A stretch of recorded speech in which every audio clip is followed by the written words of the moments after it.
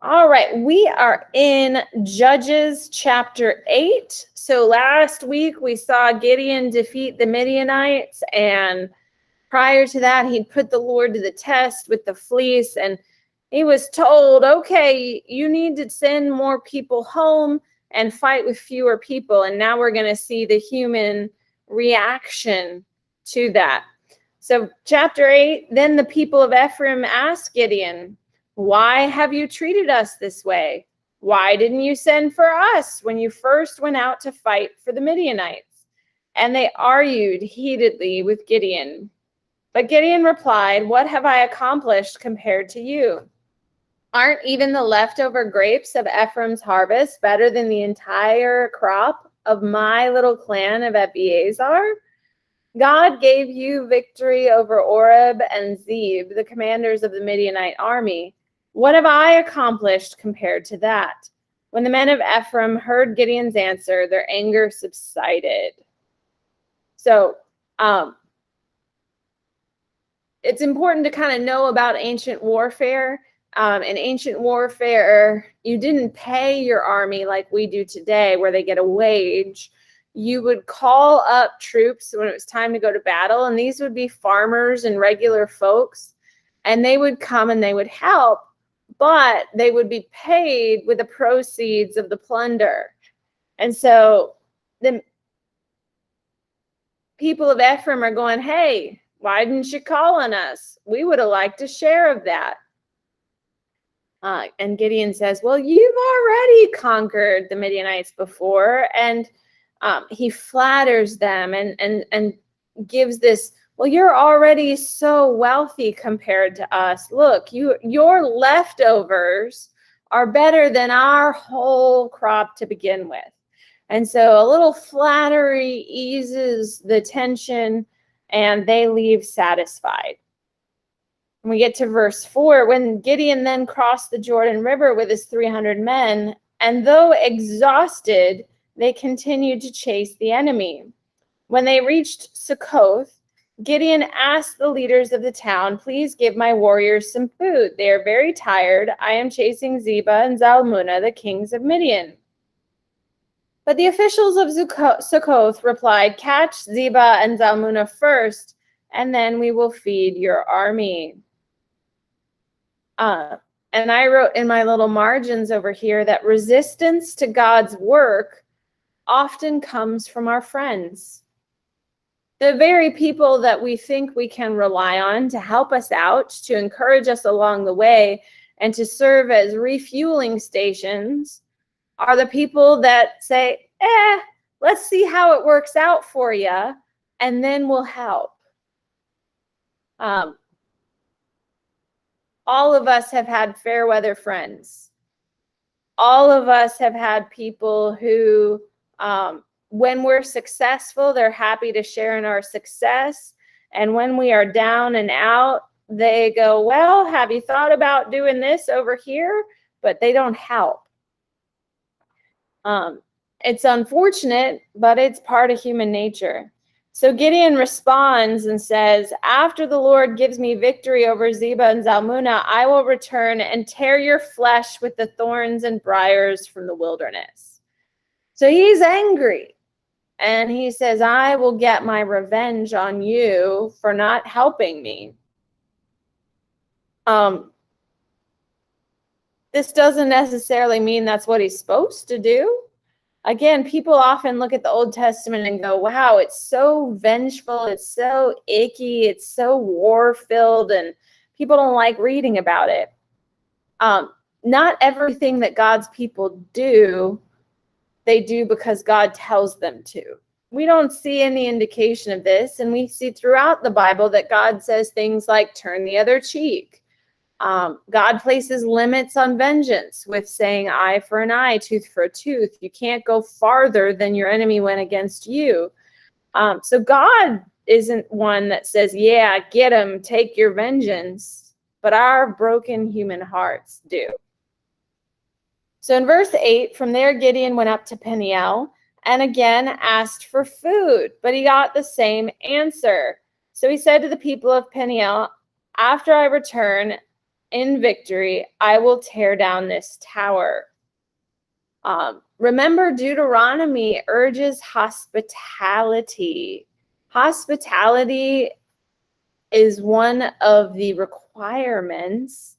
And here we find an example of how disunity has come into the tribes. So when they started out under Joshua, they acted as one, they went to war as one, and they supported one another for the common good. By the time we're here in Gideon's days and Judges, they're like, we want a share of your plunder, but we don't want to support your army before we know they're going to be victorious.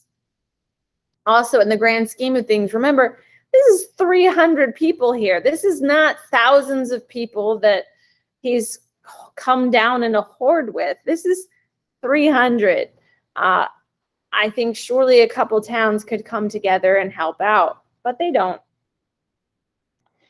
So in verse 10, by this time, Zebah and Zalmunna were in Karkor with about 15,000 warriors, all that remained of the allied armies of the east, for 120,000 had already been killed.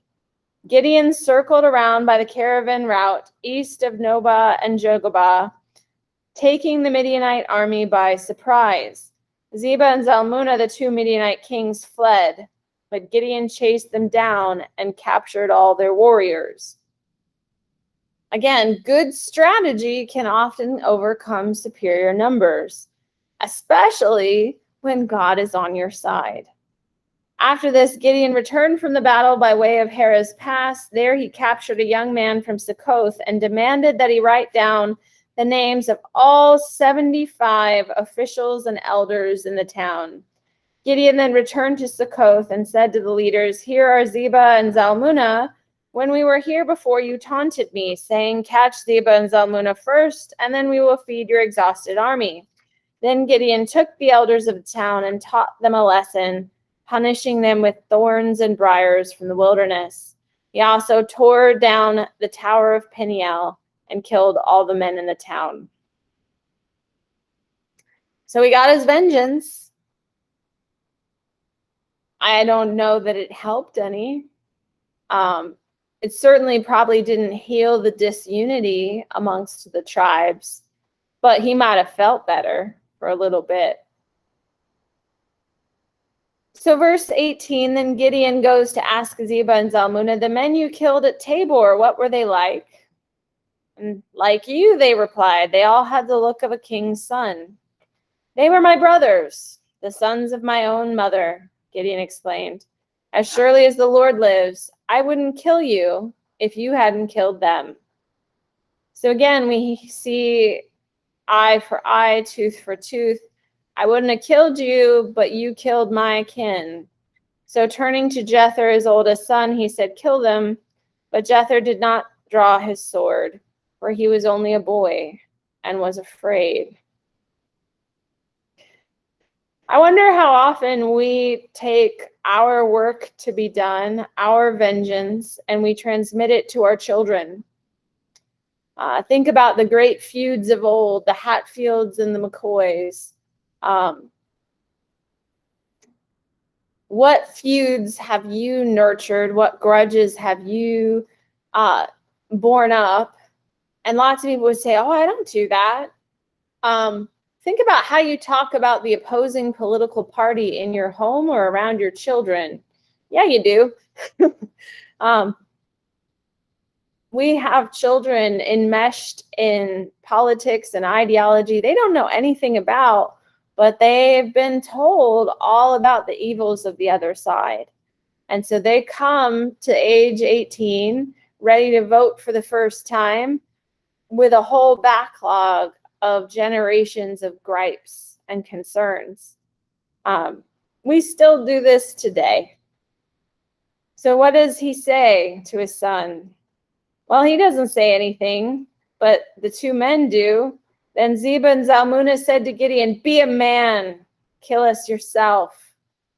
So Gideon killed them both and took the royal ornaments from their necks of the camels. It is cowardly to use other people to extract our vengeance. We see Gideon, although he is a judge, although he is God's appointed leader, he's not perfect, and he does not follow God's law perfectly. Again, in Deuteronomy, it talks about the avenger being the closest living male relative. So rightfully, Gideon is the avenger, but he tries to delegate that task because he doesn't want to. But he does it, and he kills him. And now we're going to talk further about what the Israelites are going to say. The Israelites then say to Gideon, "Be our ruler. You and your son and your grandson will be our rulers, for you have rescued us from Midian. But Gideon replied, I will not rule over you, nor will my son. The Lord will rule over you." What a mixed bag. What a mixed group within himself of obedience and loyalty, and also sinfulness and disloyalty. We hear that Gideon's ultimate loyalty is indeed to the Lord. He says, "The Lord will rule over you. However, I do have one request, that each of you give me an earring from the plunder you collected from your fallen enemies." The enemies being Ishmaelites all wore gold earrings. So Gideon refuses kingship. So he says the right words. He is humble. But then he goes on to become arrogant and king-like. So even though he refused the office, he becomes lord-like, and it doesn't go well. But they all reply immediately after the battle, "Gladly." They spread out a cloak, and each one of them threw a gold earring that they had gathered from the plunder. The weight of the gold earrings was 43 pounds. That's a lot of earrings, not including the royal ornaments and pendants, the purple clothing worn by the kings of Midian, or the chains around the necks of their camels. And here's where Gideon goes wrong. Gideon makes a sacred ephod from the gold and put it in Ophrah, his hometown. But soon all the Israelites prostituted themselves by worshiping it, and it became a trap for Gideon and his family. So the ephod, you may not remember, is a garment that the priest is to wear. Gideon ain't a priest. Gideon is a judge. So he makes something that doesn't rightfully belong in his purview, and he knows he shouldn't wear it. So what does he do? He sets it up like an altar and an idol. And human beings are idol-making factories. We love to make idols that are things that we can point to and say, "Ooh, look how great I am, how great this is." And so he makes an idol. And that, verse 28, is the story of how the people of Israel defeated Midian, which never recovered. Throughout the rest of Gideon's lifetime, about 40 years, there was peace in the land. So he's able to make and maintain the peace, but he has already sown the seeds for the next rebellion and the next falling away. Then Gideon, son of Joash, returned home. He had 70 sons born to him, for he had many wives. So he doesn't allow them to call him king, but he creates a kingly harem. He becomes greedy. He becomes indulgent of his own desires of the flesh. And he thinks, why not? Why shouldn't I? Which is a throwback to the original question, why shouldn't I take of this apple and eat? So he also had a concubine in Shechem who gave birth to a son whom he named Abimelech. Gideon died when he was very old, and he was buried in the grave of his father Joash at Ophrah in the land of the clan of Abiezer. And as soon as Gideon died, the Israelites prostituted themselves by worshiping the images of Baal, making Baal Berith their god. So Gideon is so wrapped up in his own harem, his own lifestyle, that he fails to transmit the fear of the Lord. He fails to transmit proper worship of God. And so, although he said the right words those verses ago that says the Lord will rule over you, he does nothing to make that happen. So as soon as he dies, they're off worshiping Baal again. They forgot the Lord their God, who had rescued them from all their enemies surrounding them, nor did they show any loyalty to the family of Jerubbaal, that is Gideon, despite all the good that he had done for Israel. I mean, would you be loyal to someone who basically spent the last years of their life living as the Playboy Bunny mansion? It's hard to have respect for gluttons. It is hard to have respect for people who are so self-indulgent and selfish that, you go, they may have been rich. They may have had a lot of wives. They may have had a lot of people who admired and adored them. But as soon as that dies, it's gone. It was a cult of personality rather than anything substantial. So next, we're going to go on to Abimelech. One day, Gideon's son, Abimelech, went to Shechem to visit his uncles, his mother's brothers. He said to them and the rest of his mother's family, "Ask the leading citizens of Shechem whether they want to be ruled by all 70 Gideon's sons or by one man. And remember, I'm your own flesh and blood." So Abimelech is over here scheming. Abimelech's like, dude, Gideon died, left no one in charge. Do you really want to live with all 70 people fighting over who should be in control? Or do you want just one person?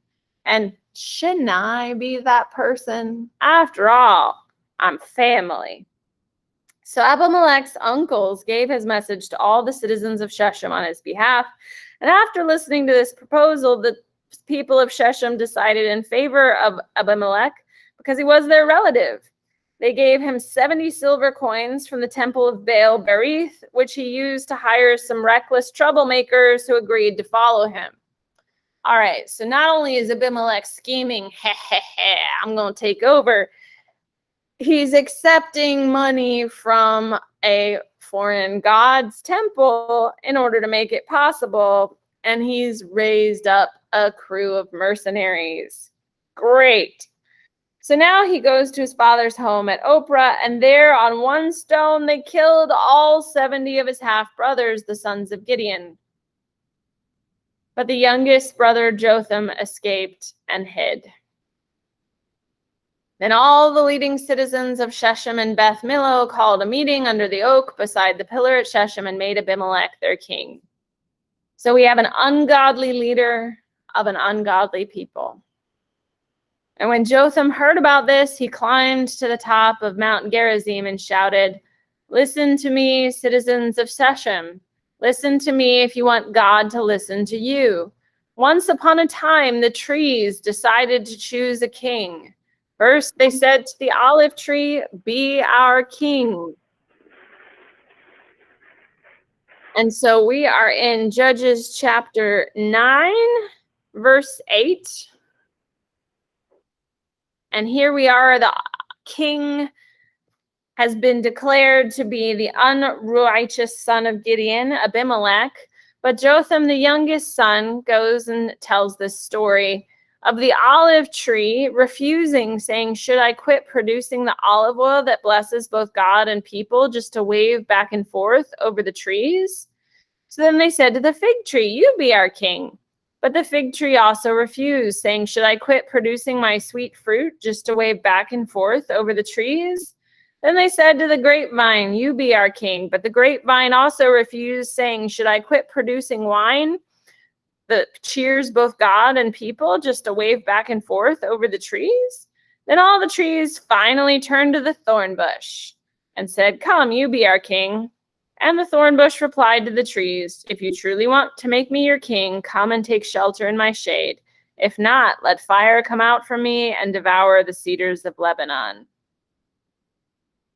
So this is a parable told to describe how the worthy trees don't want kingship.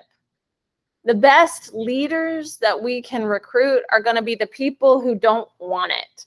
The people who are like, I'm busy. I got other stuff to do. I have these obligations. It is very true not only of our political situation, but also of church leadership. The people who are most eager to lead are sometimes the people you least want, in the facts that the people who are eager for power, the people who are eager to control, are not always the people who will produce the good fruit, like olives, figs, and grapes. Instead, we have thorn bush and bramble that become oppressive rulers. So Jotham continues, now make sure you've acted honorably and in good faith by making Abimelech your king, that you have done right by Gideon and all his descendants. Have you treated him with the honor he deserves for all he accomplished? For he fought for you and risked his life when he rescued you from the Midianites. But today you have revolted against my father and his descendants, killing his 70 sons on one stone. And you have chosen his slave woman's son, Abimelech, to be your king just because he is your relative. If you have acted honorably and in good faith toward Gideon and his descendants today, then may you find joy in Abimelech, and may he find joy in you. But if you have not acted in good faith, then may fire come out from Abimelech and devour the leading citizens of Shechem and Beth Millo, and may fire come out from the citizens of Shechem and Beth Millo and devour Abimelech. And Jotham escaped and lived in Beer because he was afraid of his brother Abimelech. Wouldn't you be? Abimelech's already killed 69 sons, and only Jotham escaped. So he runs to the mountain, leaves this message, and then gets while the getting's good. So verse 22, after Abimelech had ruled over Israel for 3 years, God sent a spirit that stirred up trouble between Abimelech and the leading citizens of Shechem, and they revolted.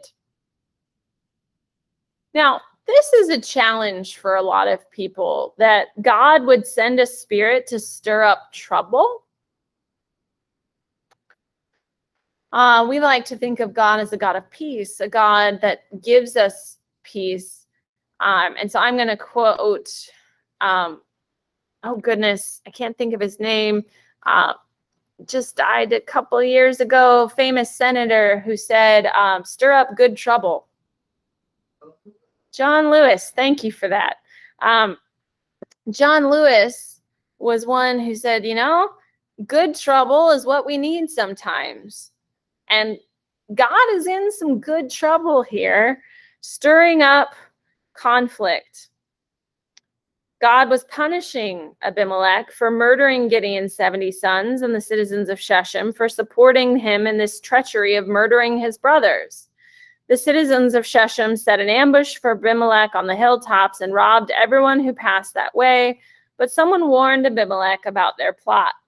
So one day Gaal, son of Ebed, moved to Shechem with his brothers and gained the confidence of the leading citizens of Shechem. During the annual harvest festival at Shechem, held in the temple of the local god, the wine flowed freely, and everyone began cursing Abimelech. Again, people who come to power not out of consensus, but out of manipulation and scheming, often find themselves dethroned by the very same types of manipulation and scheming, because the people you made an allyship with to get into that power are not loyal to you. They are loyal to their own interests, and you serve their interests in that moment. But the moment you stop serving their interests, they're ready to find someone who will.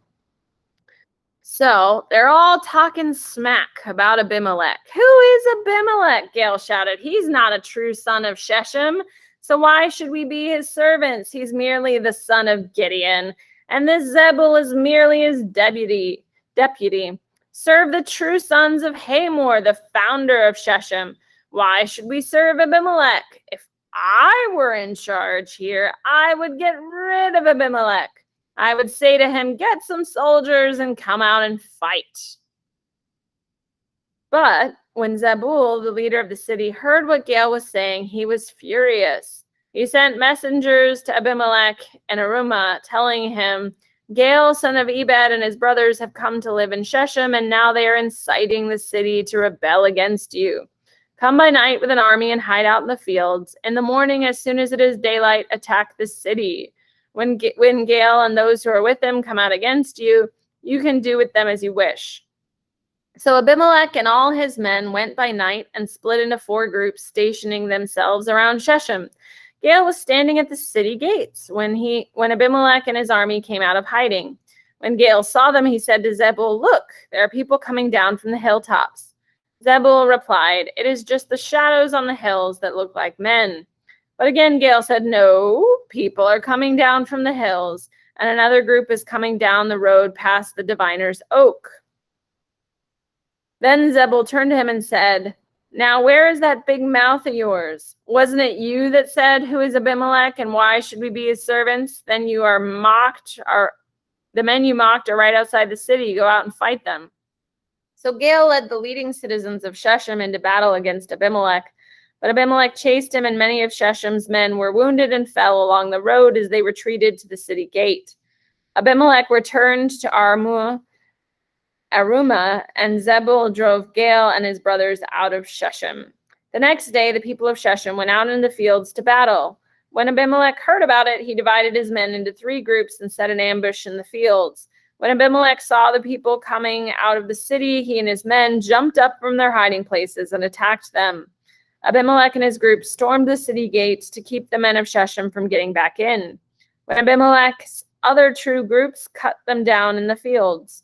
The battle went on all day before Abimelech finally captured the city. He killed the people, leveled the city, and scattered salt over the ground. So much for that lovely promise of Abimelech. We're family. Wouldn't you like me to rule over you? Someone who's willing to kill 70 of his relatives to gain into power clearly doesn't hold family all that dearly. And we shouldn't be surprised he turns on them. And so kills everyone and salts the earth, meaning nothing's going to grow here. No one will rebuild this town because the ground is worthless. When the leading citizens who lived in the Tower of Shechem heard what had happened, they ran and hid in the temple of Baal Berith. So they go to their stronghold, to their quote-unquote God, and hide. Someone reported to Abimelech that the citizens had gathered in the temple. So he led his forces to Mount Zalmon. He took an axe, chopped down some branches from a tree, then put them on his shoulder. Quick, do as I have done, he told his men. So each of them cut down some branches. Following Abimelech's example, they piled the branches against the walls of the temple and set them on fire. So all the people who had lived in the Tower of Shechem died, about 1,000 men and women. Pardon me. All right. Then Abimelech attacked the town of Thebez and captured it. But there was a strong tower inside the town, and all the men and women, the entire population, fled to it. They barricaded themselves in, climbed to the roof of the tower. Abimelech followed them to attack the tower, but as he prepared to set the fire to the entrance, a woman on the roof dropped a millstone that landed on Abimelech's head and crushed his skull. He quickly said to his young armor-bearer, draw your sword and kill me. Don't let it be said that a woman killed Abimelech. So the young man ran him through with his sword, and he died.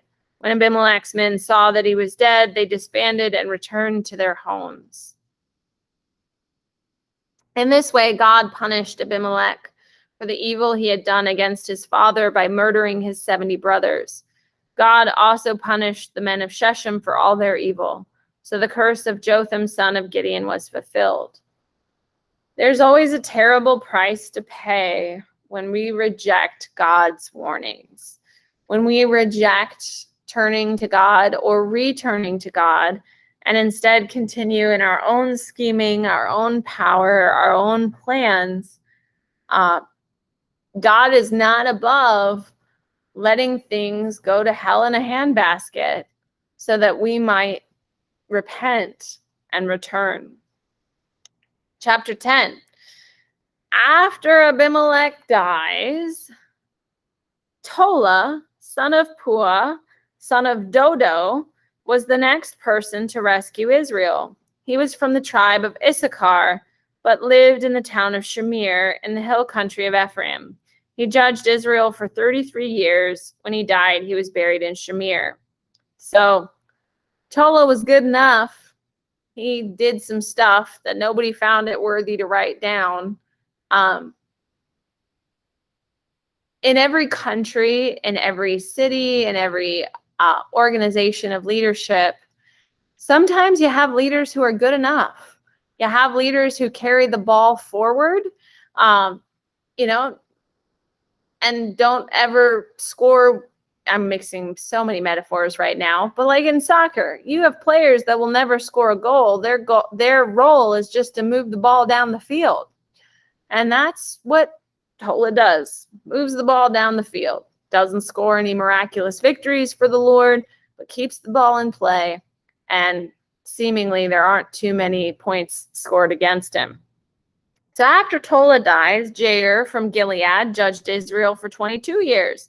His 30 sons rode around on 30 donkeys, and they owned 30 towns in the town of Gilead, which are still called the towns of Jair. When Jair died, he was buried in Canaan. So Jair was obviously polygamous. 30 sons, not going to happen with one wife. He was another judge who wanted to feel fancy and have prestige, and he acts like a king.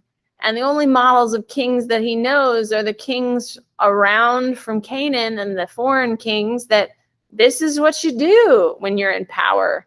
You lord it over people. So that's what he does. And so we have an evil king. And again, the Israelites did evil in the Lord's sight. This phrase is used 7 times in the book of Judges. 7 is the number of completion. And so the completion of Judges requires this repetition. Again, the Israelites did evil in the Lord's sight. They served the images of Baal and Ashtoreth and the gods of Aram, Sidon, Moab, and Ammon, and Philistia. They abandoned the Lord and no longer served him at all. So the Lord burned with anger against Israel, and he turned them over to the Philistines and the Ammonites, who began to oppress them that year. For 18 years, they oppressed all the Israelites in the east of the Jordan River in the land of Amorites, that is in Gilead. The Ammonites also crossed to the west side of the Jordan and attacked Judah, Benjamin, and Ephraim. The Israelites were in great distress. Finally, they cried out to the Lord for help, saying, "We have sinned against you because we have abandoned you as our God and served the images of Baal." The Lord replies, "Did I not rescue you from the Egyptians, the Amorites, the Ammonites, and the Philistines, the Sidonians, the Amalekites, and the Maonites? When they oppressed you, you cried out to me for help, and I rescued you. Yet you have abandoned me and served other gods. So I will not rescue you anymore. Go out and cry to the gods you have chosen. Let them rescue you in your hour of distress." The people of God are all too often in danger of worshiping what the world worships, and then only turning to God when the world fails them. But the Israelites go on to plead with the Lord and said, "We have sinned. Punish us as you see fit. Only rescue us today from our enemies." Sometimes it's not enough just to say, "Help, God," but to say, "I see that I've done wrong. I see that we've done wrong. Please help us. We will repay however you decide is fitting." for the wrongs we have done, but please help us." Then the Israelites put aside their foreign gods and served the Lord, and he was grieved by their misery. At that time, the armies of Ammon had gathered for war and were camped in Gilead, and the people of Israel assembled and camped at Mizpah. The leaders of Gilead said to each other, "Whoever attacks the Ammonites first will become ruler over all the people of Gilead." God allows the natural consequences of our sin to pile on until we are sick of it. Because sin is deceptive, because sin does seem attractive, because it does seem nice, it seems pleasing, it seems to give us power and influence, and it lets us indulge our lusts and our gluttony and all those things. And so we like our sin. We like doing it, and we want to find ways to keep doing it. We just want to get rescued from the worst consequences of our sins. And God allows those consequences to keep piling up and piling on until we accept that we cannot have our cake and eat it too. We cannot continue in our sinful ways and still have relief and redemption. So chapter 11, now Jephthah of Gilead was a great warrior. He was the son of Gilead, but his mother was a prostitute. And Gilead's wife also had several sons. And when these half-brothers grew up, they chased Jephthah off the land. "You will not get any of our father's inheritance," they said, "for you are the son of a prostitute." So Jephthah fled from his brothers and lived in the land of Tob. Soon he had a band of worthless rebels following him. Again, God seems to use and choose the absolute least of society, the absolute dregs of the bottom of the bucket are the people that God seems to delight in. Which is a humbling thought as someone whom God regularly chooses to use in leadership. For myself, oh good, I am just as broken, just as dreg-like. But we see that Jephthah comes around. At that time, the Ammonites began their war against Israel, and the Ammonites attacked. The elders of Gilead then send for Jephthah in the land of Tob. And the elders said, "Come and be our commander. Help us fight the Ammonites." So you know that they are desperate. They are desperate, and they are calling out, to put it in our parlance, to the Robin Hood of the day, the outcast, the very guy who's been preying on the rich and the wealthy and, living at the fringes of society. Now is the time that they're like, "Won't you come and lead us?" And Jephthah says to them, "Aren't you the ones who hated me and drove me from my father's house? Why do you come to me now when you're in trouble?" And they say, "Because we need you. If you lead us in battle against the Ammonites, we will make you ruler over all the people of Gilead." And Jephthah says, "Let me get this straight. If I come with you, and if the Lord gives me victory over the Ammonites, will you really make me ruler over all the people?"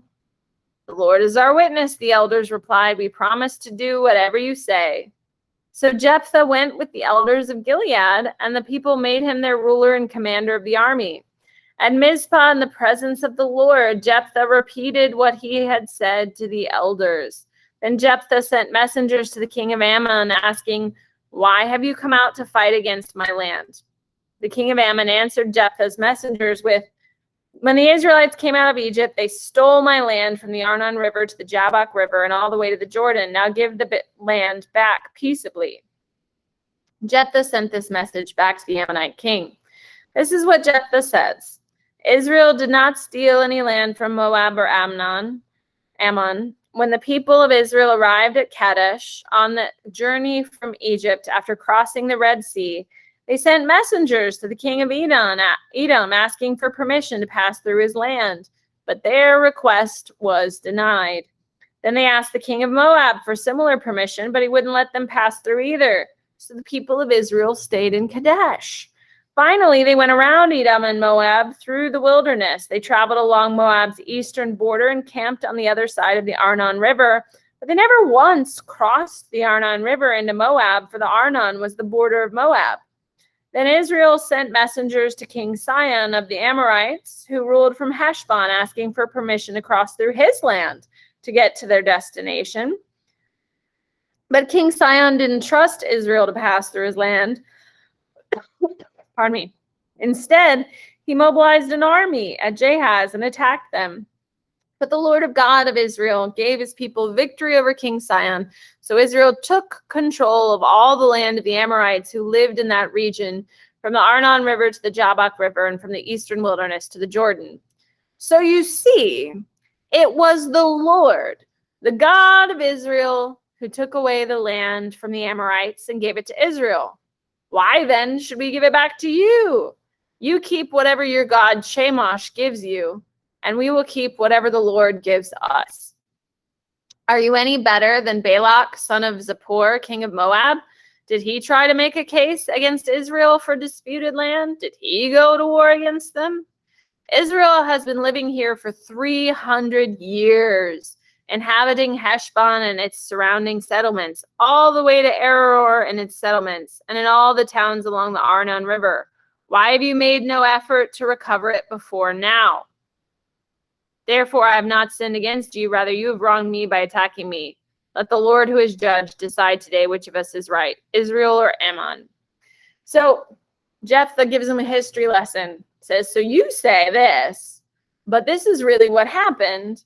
And again, Israel was living in this land for 300 years, and you've made no attempt to recover it.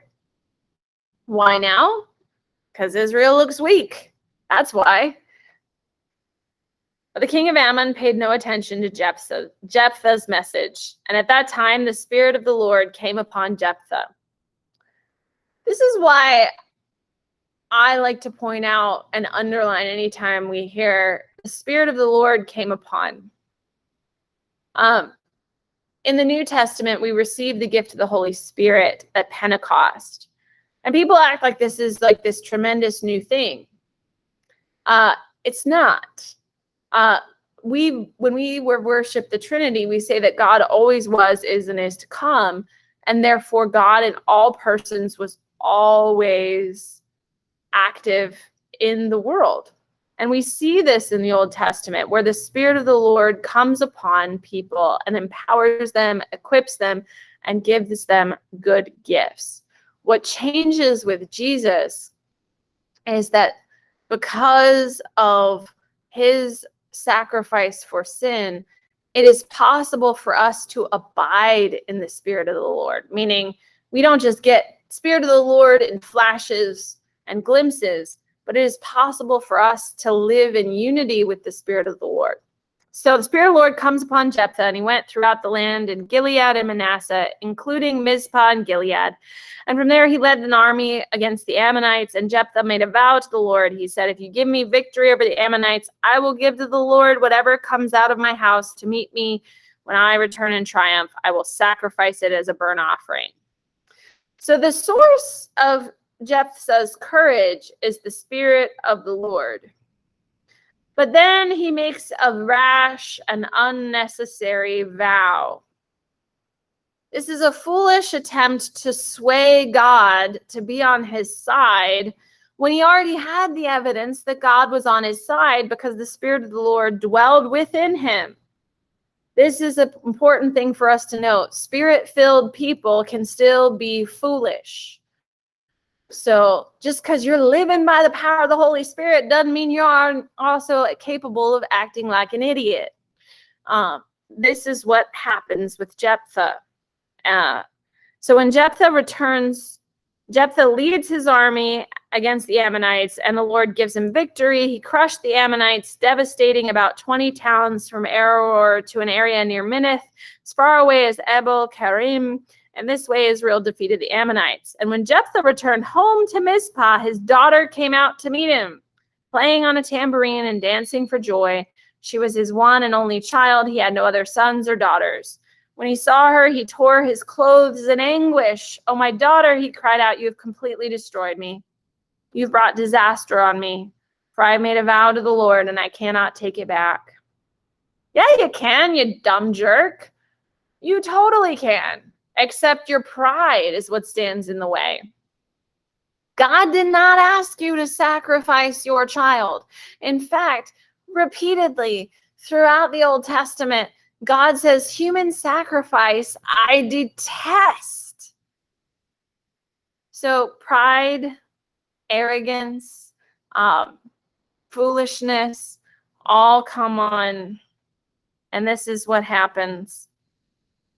So the daughter, verse 36, says, "Father, if you've made a vow to the Lord, you must do to me what you have vowed.